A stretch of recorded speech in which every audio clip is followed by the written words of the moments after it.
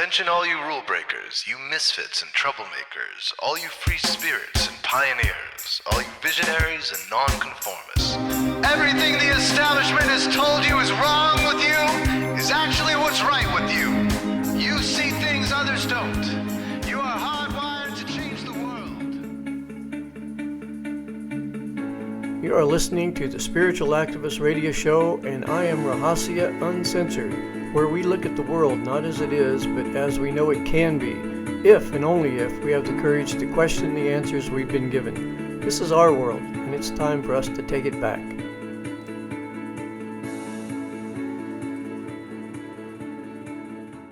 All right, here we are again, Rahasia Uncensored on the BBS Radio Show. And I have to tell you, I'm also on Rumble and YouTube when they let me, which is, they've been kicking me off too much, so I'm not putting some of my stuff on there. But I'm on Rumble at rumble.com/user/Rahasia Uncensored, and of course on BBS Radio, which is a spiritual activist channel, bbsradio.com/spiritual activist. And as most of you know by now, the reason it's spiritual activist is I believe you can be spiritual as hell, but if you don't take action, faith without works is dead. And, believe in Allah, but tie up your camel first. God helps those who help themselves. We have to get more involved in our lives. There's nobody coming to save us. I think a lot of us have finally come to that conclusion. The government isn't on our side.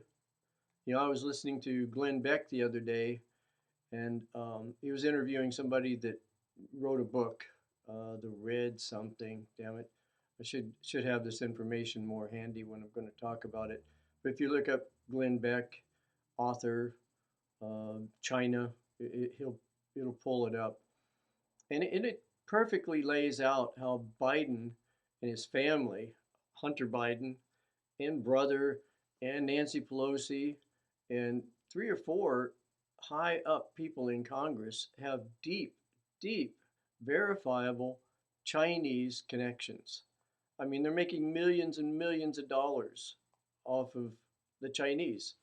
And these are the people, they sold us out. Let's just be honest. I was listening to Laura Logan a while back. 12 years ago, she was talking about this. I've been reading the book again, The Creature from Jekyll Island. I'm telling you, I know. It sounds like a conspiracy theory, but it's not. It is a conspiracy theory, but it's true. And I might remind you that the term conspiracy theory was made up by the CIA as a trash pile to throw things in as a fringe, whatever, with tinfoil hats and Yeti and everything else. Sometimes I wrote an article, Mass Formation Psychosis. It's in my magazine, lotusguide.com. If you go there, you can actually read the magazine online also. And it's so clear that as a collective, global, planetary population, we have gone bat crazy, stupid, idiotic, off the rails. And there's pockets of people that aren't like that. But for the most part, I tell you, a friend of mine just called me from New Mexico, and he said they've got signs all over the place, and people are walking around in Dallas, New Mexico. These are really spiritual people, supposedly on a high vibration. They can't figure this out by now. When the government's starting to tell us this now, over 20,000 people have died from the injections. 20,000 people. And I think it's way more than that, because traditionally only 1/10 of the numbers that comes up on the VAERS website on the CDC, 1/10 of it is true. 9/10 doctors and nurses, they don't even know they're supposed to report. and they don't want to take the time, an hour, 2 hours sometimes, to fill out all the paperwork. So there could be at least, I mean, I'm going to be conservative and say 100,000, but that's on just one website. That's a reporting website. But there's vast numbers of people that are having adverse effects and dying from these injections. And people have a right to say no. And a shout out to the people, the truckers up in Canada. You know, good for you. Keep on trucking, man. Keep on trucking because it's waking a lot of people up. Listening to Trudeau, and Trudeau says it's a small fringe aspect of society that basically don't know what they're talking about. These are the people. We are the people, and this is what we have to remember. These governments, they get the power because we give it to them, and we can take that away. We can take that power away simply by not submitting, not giving in, and just saying no. Civil disobedience, it's not only a right, it's a duty to you as a citizen. And later on, I'm going to play a couple things. And this is a shout out to the law enforcement, too, and the military and the border guards. They're waking up. They're waking up. And we need them on our side because this is going to come down in the streets. If we don't get these politicians to wake up and start releasing us and letting us live our lives, yeah. A few of us are going to die. A few of us die every day. I mean, myself, I haven't caught COVID. I haven't had the vaccination. I don't want it. I do protect myself by alienating myself as much as possible because I tell you, I don't trust Fauci. I don't trust the Communist Chinese Party. I don't trust the Wuhan virus. This virus was made in a lab. Now get over it. It's made in a lab. And I was taken off of YouTube a while back for saying that. But now it's pretty much accepted because the morons are waking up and the idiots are starting to go, I guess so. Oh my God. Sometimes I tell my friends, don't even get me started. What I'm going to play here is something that I think everybody should listen to once in a while and see how prophetic it is. I remember when JFK was shot. I think it was like around 11 o'clock because I was having lunch. I was in high school. And that day, the world changed. The moment that bullet went into his head and we all turned our back on him, God, I mean, as a society, I'm almost ashamed to say that I'm part of a society that lets somebody get murdered in plain view. And we know the CIA had something to do with it. We know this. We know the mob had something to do with it. We know that Johnson had something to do with it. We know this. And they keep putting it off and releasing a little bit of paperwork, a little bit of paperwork. It was supposed to all be released right now, but they can't. Because when they do, the whole house of cards could come down. People are going to start asking again about 9/11. How did that happen? How did 9/11 happen by two planes going into two buildings and the main support systems were sheared off exactly like you would shear off support systems to implode it, to pull it down. They came down the first time in history. And then there's Building 7. You know, it fell in the background. And we're supposed to believe it was because of an office. We're, you know, I don't know how some people do this every single day, like Alex Jones and all these people and David Icke, because my hat's off to them because it gets to me. I have to disappear up into my property and take my dog for a walk and let it go because it will get to you if you're not careful. And you don't want it to get to you because the way out of this is through love and raising our frequency and developing and manifesting a whole nother reality around us. And as people see that, people come into my life, people are having a hard time. And I should be having a hard time too. But people come up to us and say, hey, how come you're doing pretty good, huh? Yeah, I am doing pretty good. Not financially, but I'm doing pretty good. You know, we're alive and well and healthy, and you know, we're getting by. That's what's going to change things is when people start seeing other people with a higher frequency, not getting out there in a vengeful way, but just pointing out the defects in humanity, like I did in my article. Mass formation psychosis is really real. Collective insanity, mob madness, whatever you want to call it, it's been happening for millennia. You get a few people together and they get a few more people together, and it ignites into a psychotic episode where we start seeing our sisters and our mothers and our aunts hanging and burning at the stake because, oh my God, they cooked with herbs. Jesus. Okay, don't get me started on that stuff. And then remember to, if you're watching this or listening to it, if you can leave a comment, if you can share, if you can subscribe to my channel, if you're on like YouTube or Rumble, that's great because I'm just getting Rumble going, just getting it going. And all that helps because the algorithms have, I mean, they've shadow banned me to death on YouTube. I was getting all kinds of people, all kinds of views, and now hardly anything. So listen to this, and I apologize ahead of time because I'm probably going to stop it occasionally. It's something that you really need to listen in a really deep, sincere way, but I want to get the information to you, and you can listen to this on the Inspired channel, amongst many, many other YouTube channels too.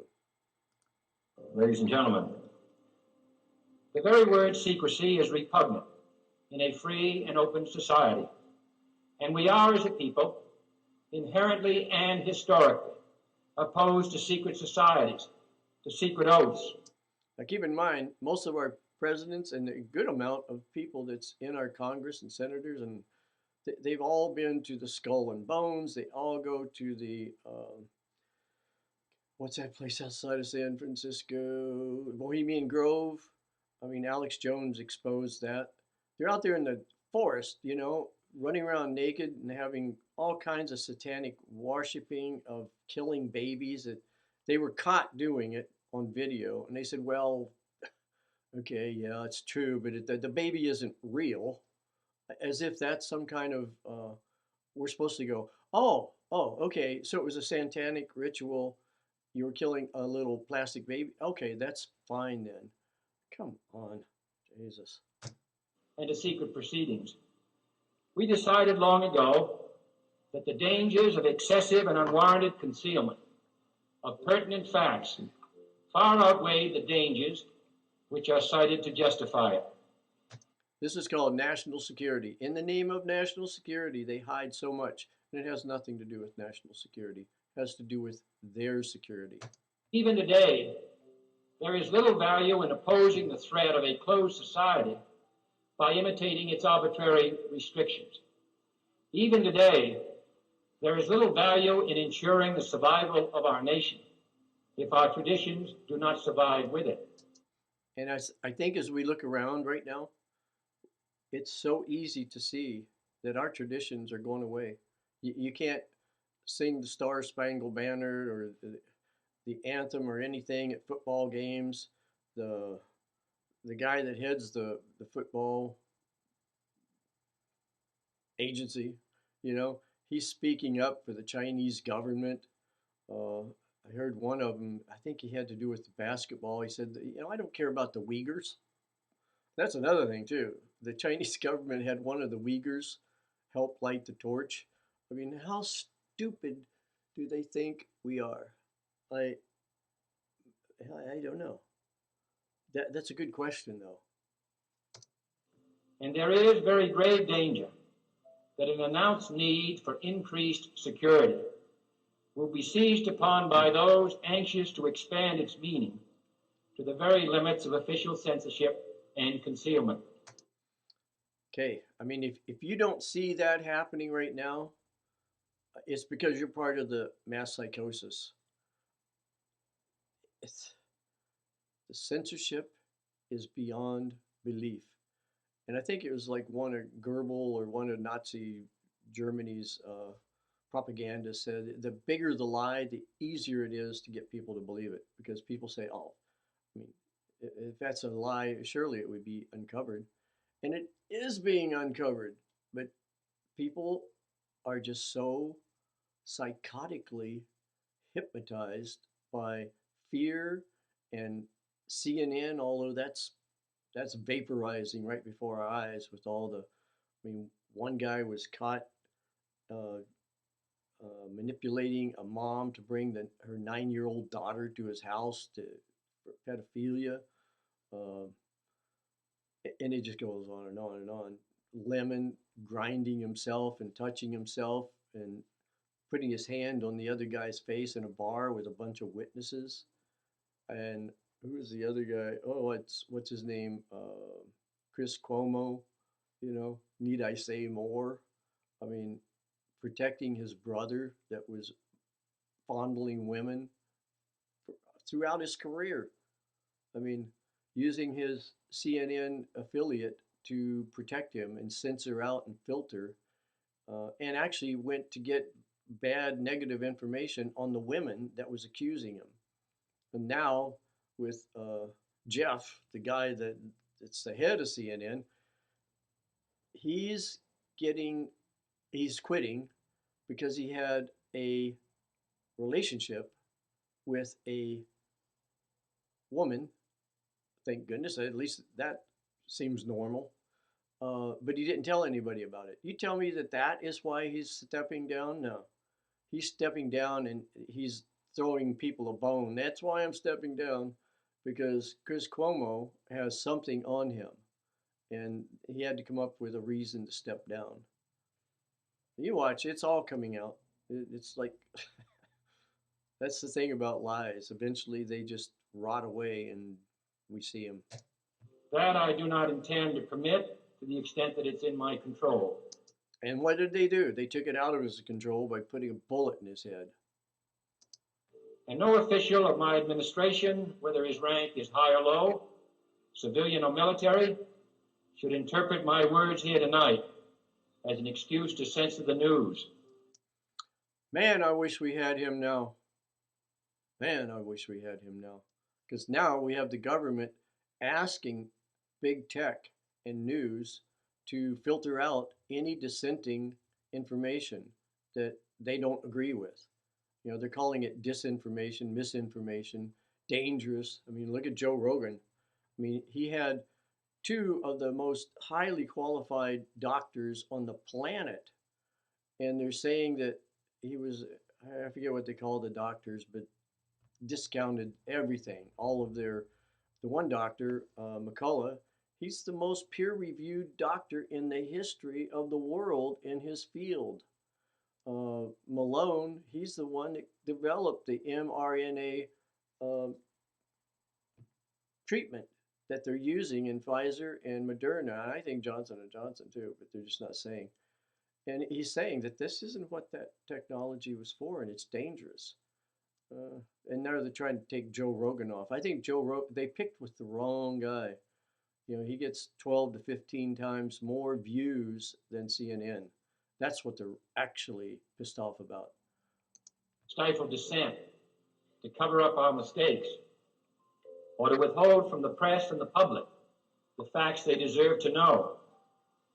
For we are opposed around the world by a monolithic and ruthless conspiracy. I mean, let that soak in for a second. Please, let that soak in for a second. We are surrounded by a monolithic and ruthless conspiracy. Ruthless beyond our imagination. And when you start reading books like the Creature from Jekyll Island or the $10 trillion conspiracy by Jim Marrs, they all point out the same thing, that this is a monolithic conspiracy. That relies primarily on covert means for expanding its sphere of influence, on infiltration instead of invasion, on subversion instead of elections, on intimidation instead of free choice, on guerrillas by night instead of armies by day. It is a system which has conscripted vast human and material resources into the building of a tightly knit, highly efficient machine that combines military, diplomatic, intelligence, economic, scientific, and political operations. Now, if you ever get a chance to read this speech, if you keep on reading farther and farther and farther down, he starts talking about technology, high tech, and how we have to really be careful. And even though he doesn't use the word AI, that's what he's talking about. And I wish he was around today. Its preparations are concealed, not published. Its mistakes are buried, not headlined. But that's a mistake to say that. I wish he was around today. One, he's not. But two, that's the mistake we all keep making, that somebody's going to save us. We're around today. We are around today. We can take this and totally change things around if we can wake enough people up out of their psychotic trance.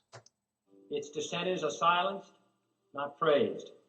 No expenditure is questioned, no rumor is printed, no secret is revealed. No president should fear public scrutiny of his program, for from that scrutiny comes understanding, and from that understanding comes support or opposition, and both are necessary. It's too bad Trudeau doesn't know the magic behind listening to the people, because that is where we have to go. We have to.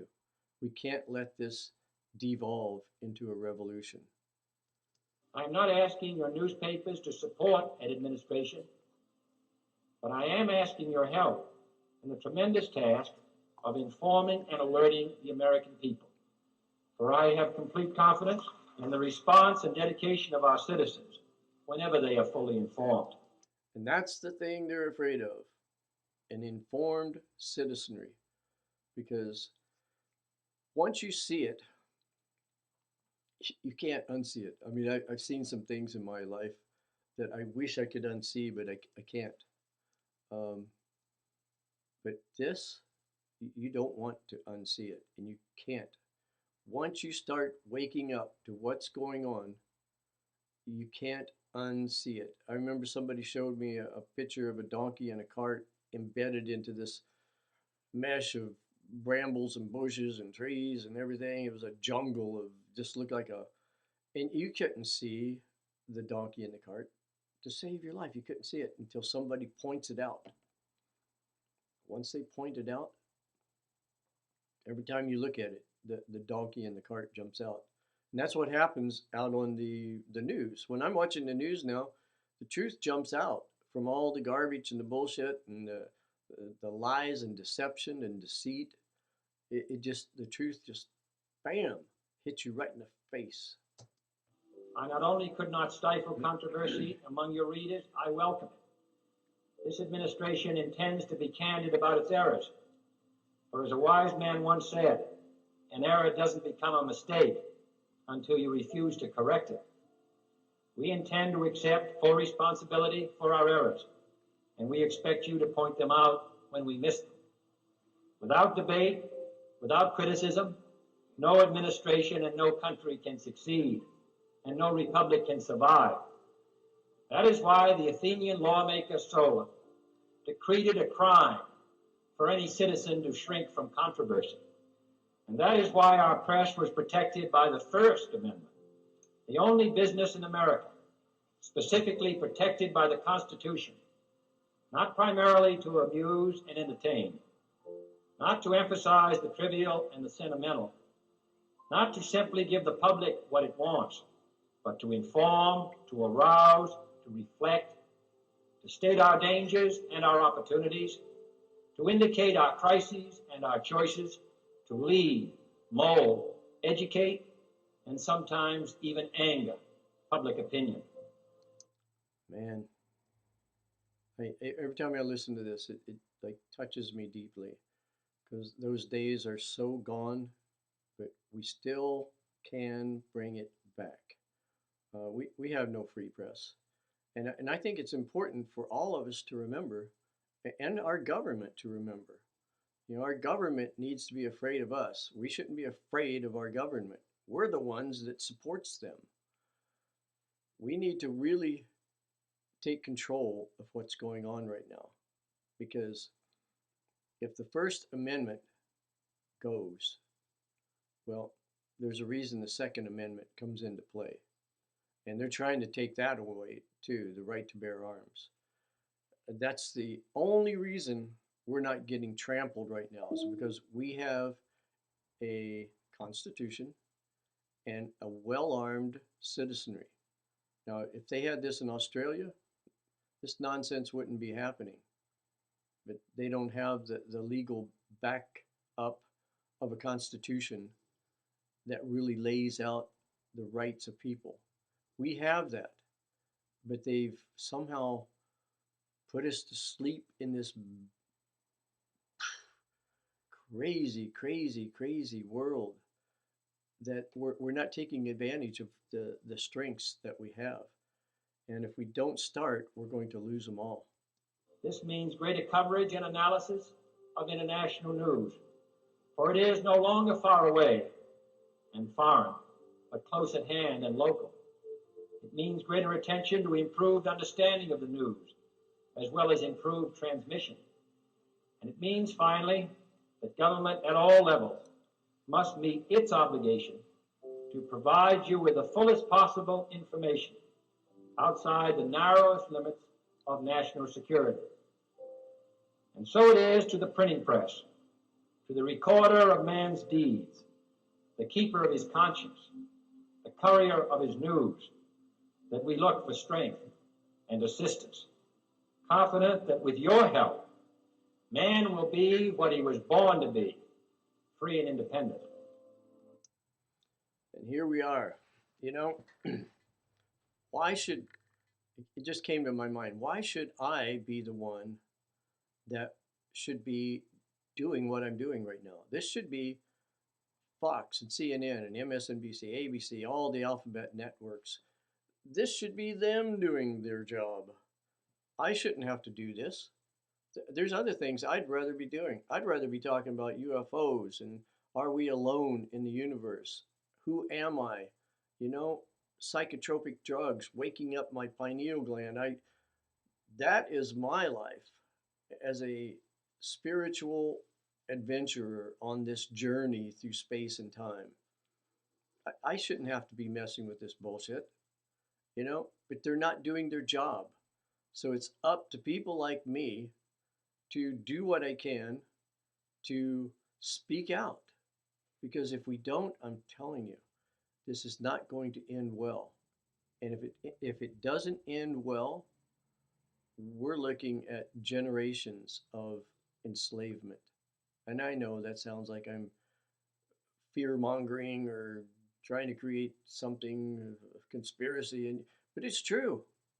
We're going to go one way or another. We're at the fork in the road.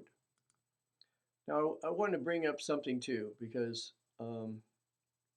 I interviewed our police chief here a few years ago, about 2 or 3 years ago, when this whole thing first started, because I was concerned about our community.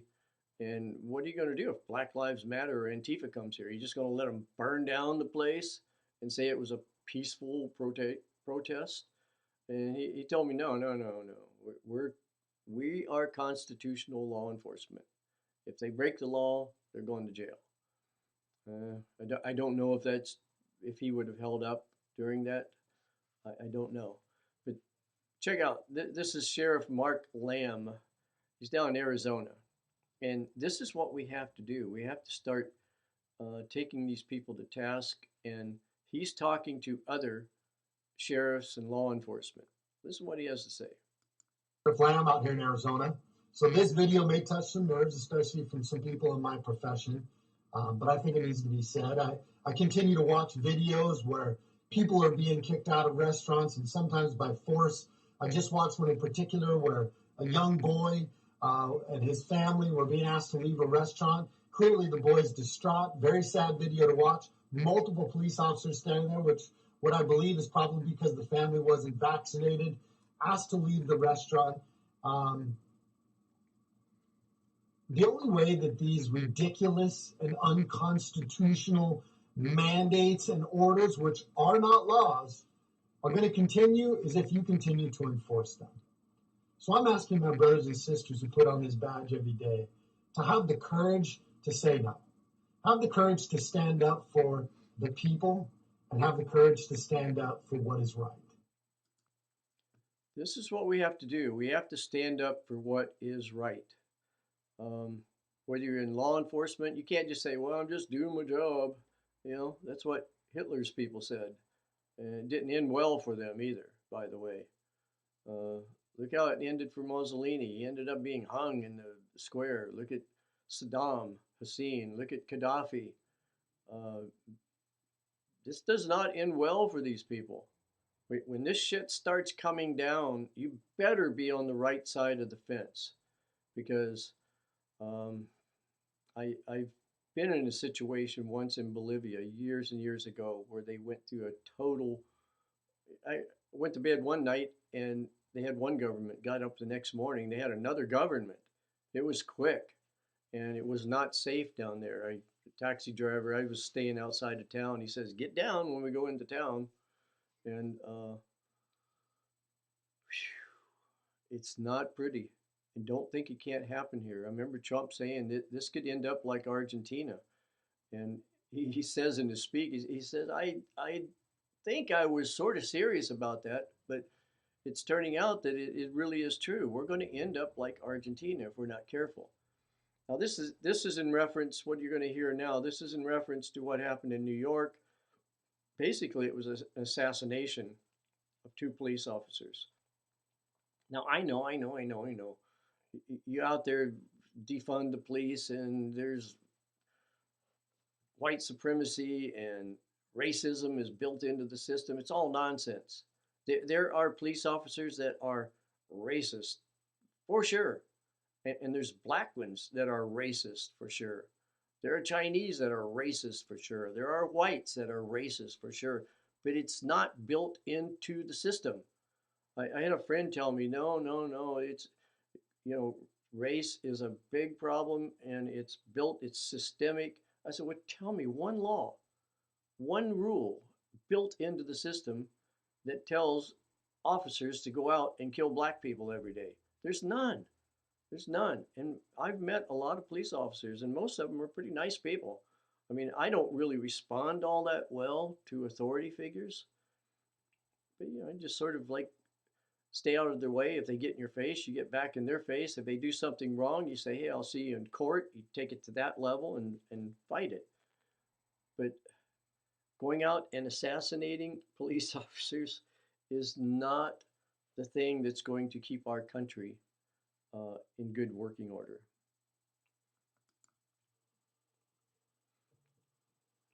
He's emotional too, you'll hear it. As we ran into this hospital today, you don't know what to expect, and there were hundreds of police officers running down the street, dropping their cars on the corner, running to this hospital. They were running to this hospital because they just carried 2 brothers out of a hallway into this hospital to try to save their lives. Hundreds and hundreds of police officers are standing here today because their hearts tell them they have to be here because they feel like they're alone. We got to end that here today. Our hearts are broken. We're in shock. Our knees are buckling. And we're angry because we've been here before. We're angry because we saw it coming. We're angry because we said it was going to happen, and it happened again. So tonight, these police officers aren't going to sleep. They're going to be out in the street. They're going to do what they need to do. The ones that go home are going to put their heads on their pillow, and they're not going to sleep. And they're going to cry. Well, it's time the city cried with us, and we know they are. But you know what? We stand shoulder to shoulder by the tens of thousands to shoulder our brother. We carried our brother here. We'll shoulder him out this evening. We'll stand in the hallway and we'll pray for a family that's hoping their son, their husband, they come home. But it can't be just us. Yes, we will stand patch to patch and bury our brother. We will bow our heads in sadness. But we need you too. The streets can't just be full of New York City police officers at this funeral. The public has to come. You know, I almost joined the police department when I was young, and I realized rather quickly that I wasn't a person to blindly follow orders. And I honestly think that's the kind of police we need now. Like the sheriff you just listened to, he's telling the other sheriffs, hey, we need to turn this thing around. And if it gets down to pointing guns at law-abiding citizens, I went over to a friend of mine's house the other night, and we were talking about gun crimes. And he goes into his gun safe and brings out an AR-15 and lays it on the table. I said, what are you doing? He says, well, let's sit here and wait to see if this gun commits a crime. What are you talking about? He says, well, they say that guns are the problem. Let's see. Let's just sort of sit here and see. And I sit there for a couple minutes. I said, okay, I think I get your point. Guns don't commit crimes. Guns don't commit crimes at all. They'll just sit there on the table. It takes some asshole criminal to pick it up and go out there and shoot somebody. That's what commits the crime. In New York City, they have a law where it says that if you resist arrest, it's no longer against the law. And I think they're changing this, but it was, if you commit an armed robbery, it wasn't against the law. Now they're changing it, but I think it's just an armed robbery against banks, basically. Of course, we got to protect the banks. Forget about grandma on the street with her purse being stolen, or somebody with their car being stolen. I mean, if you try to steal somebody's car, that is confrontation that somebody can get hurt. And if you're a police officer and you're driving by and you sort of see somebody looks like they're breaking the law, are you going to really stop and do anything if they're not actually at that particular point hurting a citizen? When if you arrest them, they're going to get out the next morning, probably not even going to be charged. And if something goes sideways and you have to shoot them, heaven help you if they're black. If you have to shoot them, you're going to be the one getting in trouble. It's an impossible situation for police officers right now. And if we don't start standing behind them and re-educating them too, we need to educate our police officers. We don't need police officers where their first duty is to think about pulling their gun. But that's going to take some intervention and some training. And maybe police officers coming out with an unarmed police officers where they can stay outside and send somebody in that has more of a psychology background that can deal with some of these people. But if we start sending health professionals out there, that'd be like sending health professionals out on the front line in Vietnam, trying to talk to the Viet Cong and working them out with some kind of reason. They're going to get shot, Man, I don't know what to say to people that say disarm the police, defund the police. It's that's not where we need to go right now. I mean, in a kumbaya world where we can all just sort of gather around the campfire, yeah, that would be good. Okay, let's take a different stab at this. I know I can already feel the energy coming at me with Trump derangement and everything else. But I remember something Trump said when he was in office. He said, it looks like they're coming after me, but they're not. They're coming after you. I'm just in the way. Well, they got him out of the way, didn't they? I don't believe the election was fair. Whether it was unfair enough to where it would have made a difference, I don't know.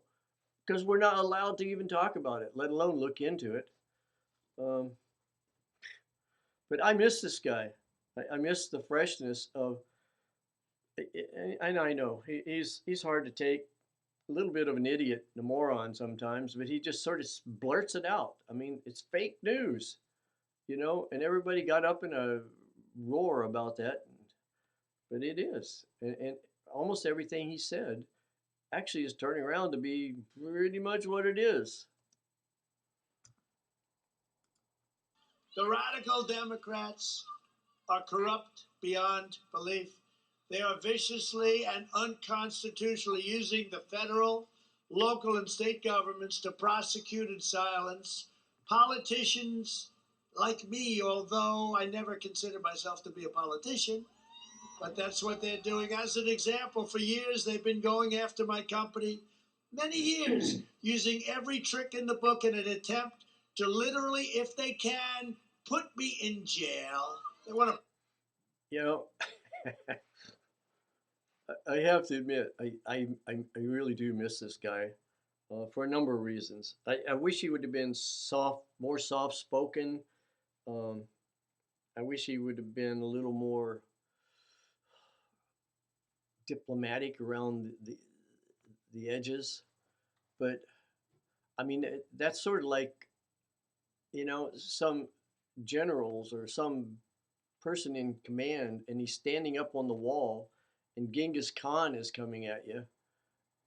You're not going to really worry too much about your general being a little rude or being an idiot sometimes or saying the wrong thing. You want him up on the wall to protect you from the adversaries coming at us.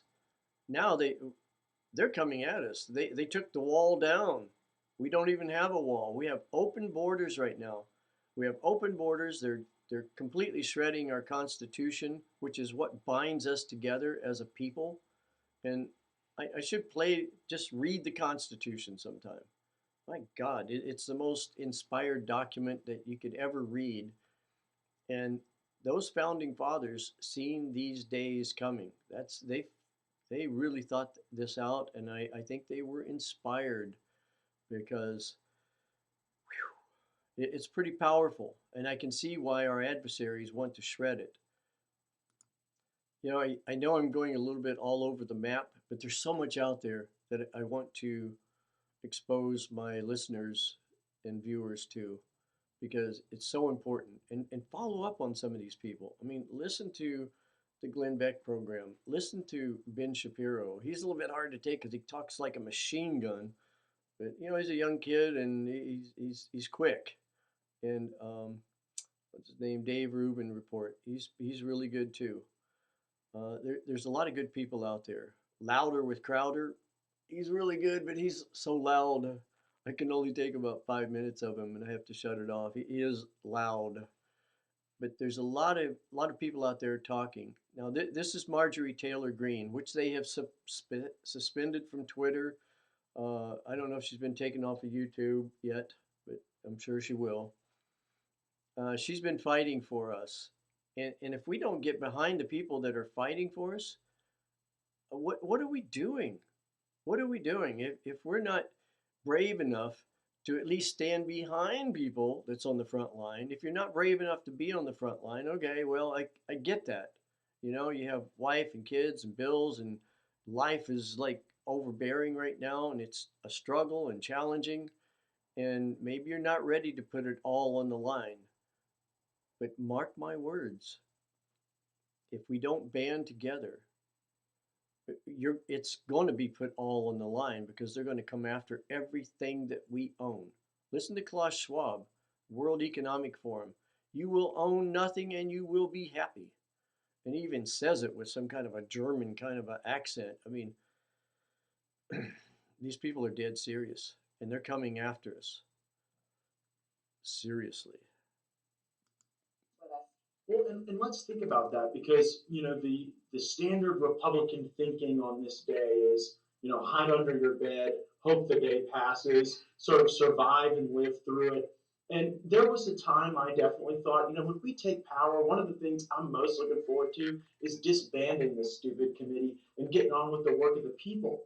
But the more we seem to uncover about the federal government's own involvement with Now, what they're talking about here is January 6th, the insurrection, where not one person out of the 700 people, political prisoners, basically. Yeah, there was a few in there that maybe had charges against them that should be talked about in court, open court. But most of them were, like grandmas with little patent leather purses walking through the ropes and stuff, that they were let in by Ray Epps. Epps is this, he was on the most wanted list right away. But then when they discovered who he was, they took him off. And now we don't hear from him. He's the only one that was telling everybody, look in Ray Epps, if you can still find him. Go on Rumble, you'd have a better shot. Go on band.video. Alex Jones is all over that. He's the only one that was encouraging people and telling them to go into the Capitol. Go into the Capitol.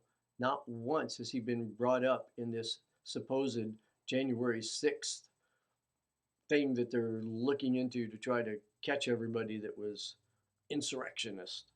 January 6th, the more I'm thinking we might have to own this day, own finding the truth for our constituents. So do you fall more on the side of this is dumb, this is a stupid obsession, let's get over it? Or do you think we actually have to ask some very tough questions about what the FBI and DOJ were involved with people on those grounds? We have to send subpoenas to people like Ray Epps. We have to find out who the scaffold commander is. Yeah. I mean, which side of this are you on? Do we have to get those answers, or do we just move on from this? Well, see, they had scaffolding up there at January 6th, and people up there with bullhorns driving people into there, and none of these people have been arrested. Now, if you look at some of the recently released tapes, you keep in mind, this is one of the most secured buildings on the planet. They have, I think, thousands, but at least hundreds of hours of video of exactly what happened. The first people that came through those doors, the first people that crashed the windows out, were dressed in black. Dressed in black. And some of them had a red MAGA hat on. But they also have videos of them changing their clothes over in the bushes and underneath trees and putting on MAGA hats and putting on "We Support Trump" t-shirts and telling the people, hey, shut that off, delete that from your phone. These are federal officers. And remember what happened up in, I think it was Wisconsin, the phony kidnapping that the FBI set up and was caught kidnapping the governor, and it was a phony thing that they were doing to make everybody on the other side look, we better wake up. you're asking at the right time. I'm fresh off of being permanently suspended on Twitter, so I'm ready to rip the whole thing wide open and expose everything. I don't think we do away with this at all. I think we dig deeper into it and find out what happened with Governor Whitmer and how was the FBI involved. I think we go even further and go, how is the FBI, the Department of Justice, or any of our agencies involved in what happened on January 6th? I want to know why on January 3rd they were training. They had these groups. I mean, incredibly trained military, trained and ready, and they were ready on January 3rd for something in the Capitol or here at the Capitol on January 6th. But yet none of us knew about it, and that really bothers me because that was my first day on the job. So, Matt, I think you brought up the right questions. We want to know, why didn't we see Ray Epps in the D.C. jail? Why isn't he being held in solitary confinement for months on end when other people are? And who is Scaffold Commander, and why did he position himself at the top of that scaffolding right at the Peace Gate, directly above Ray Epps, where they were commanding people to go into the Capitol, and they were there before President Trump even finished his speech. So yeah, I'm game on. Let's rip it wide open and find out what's happening.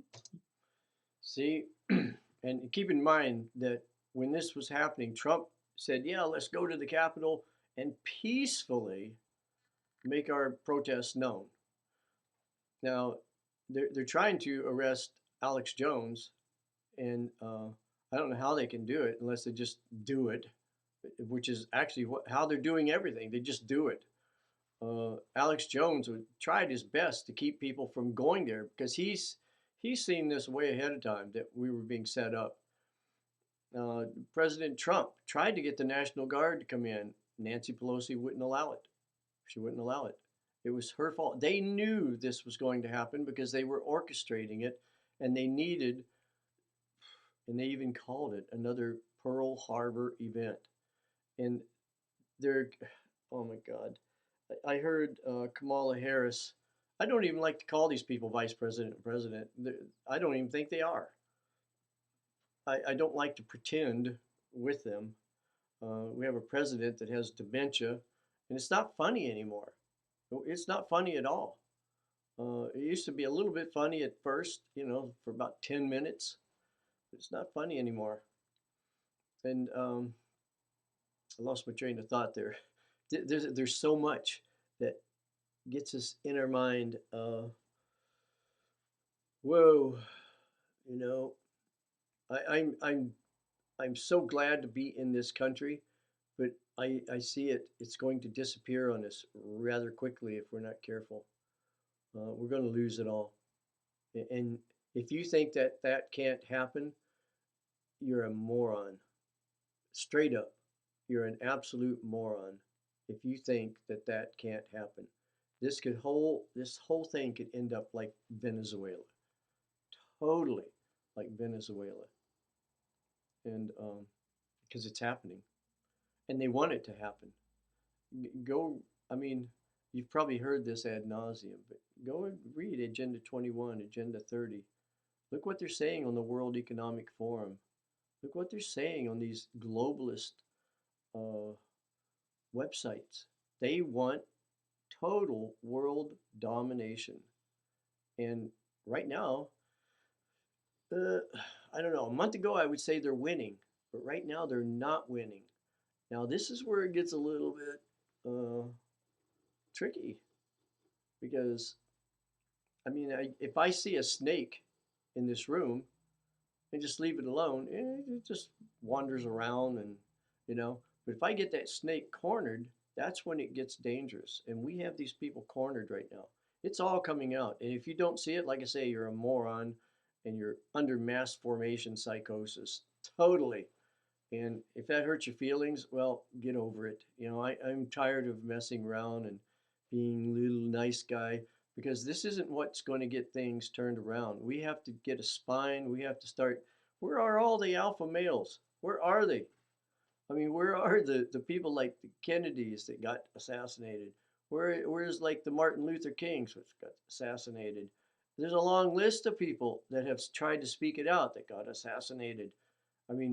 If we don't start speaking out, we're in so much trouble that it's going to be unbelievable. I would be remiss if I didn't bring up, because there's so much stuff going on with racism now. And this is Dave Rubin's show, and Dave Rubin is playing this clip. I've watched this clip several times. It's on YouTube, and he even brings this, Morgan Freeman even brings this up with Pierce Morgan and some other people too. But it's important to see.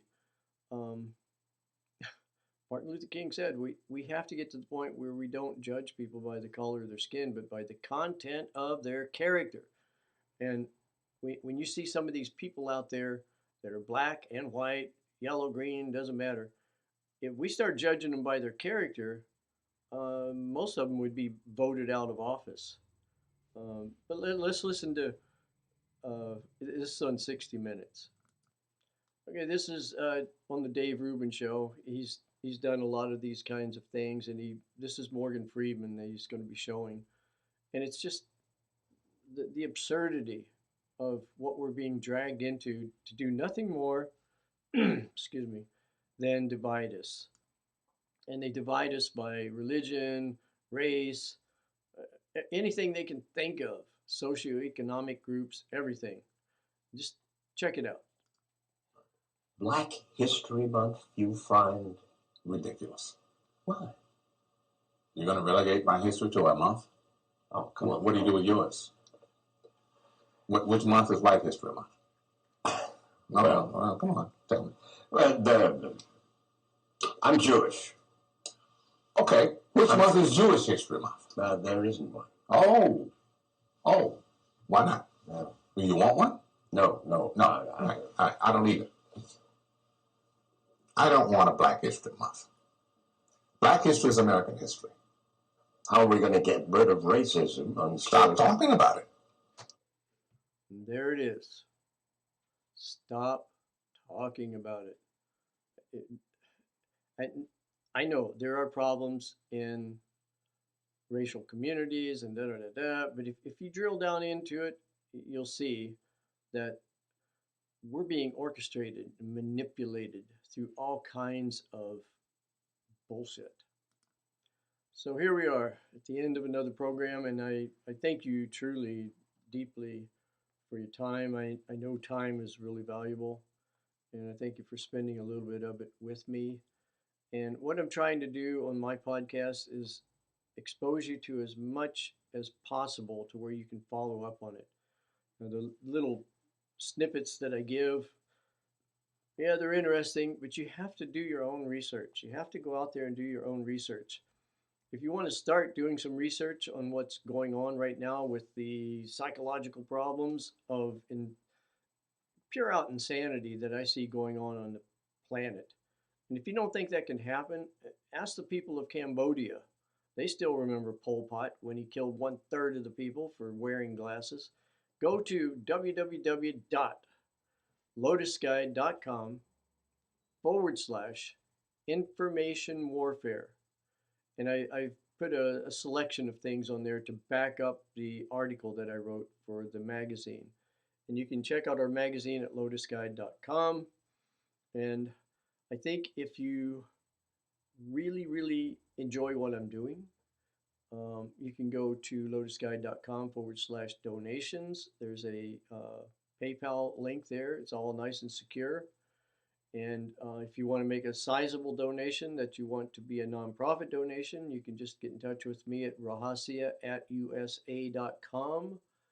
And it helps keep me on the air. I'm terrible at promoting myself, as you can probably tell. I'm just sort of throwing it in at the end. I think if I ever sell the magazine, I would probably go into podcasting full time and I could devote more time to it. But for now, I'm just doing what I can. And that's all I'm asking everybody else to do. Do what you can with your circle of influence. Share this. Send it to some friends that might not be aware of what's going on. Read The Creature from Jekyll Island. Read that. The $10 trillion conspiracy by Jim Marrs. Read that. And I think, both of them are on audiobook too, and they're really good.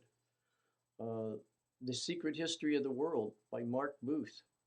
I mean, this is the secret history of the world.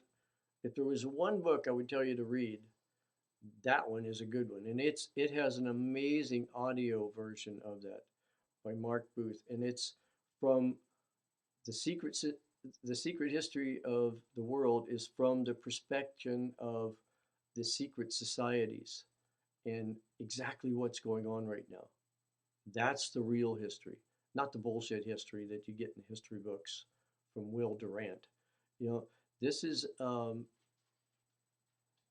deep, deep look under the cover and behind the curtain of the morons and I can almost say satanic evil people that have been in control of this planet for a long time. And like I say, this is the stuff I'd like to get into, but for now, don't get me started because we have to go. And thank you very much for your time, and come back and hear me again.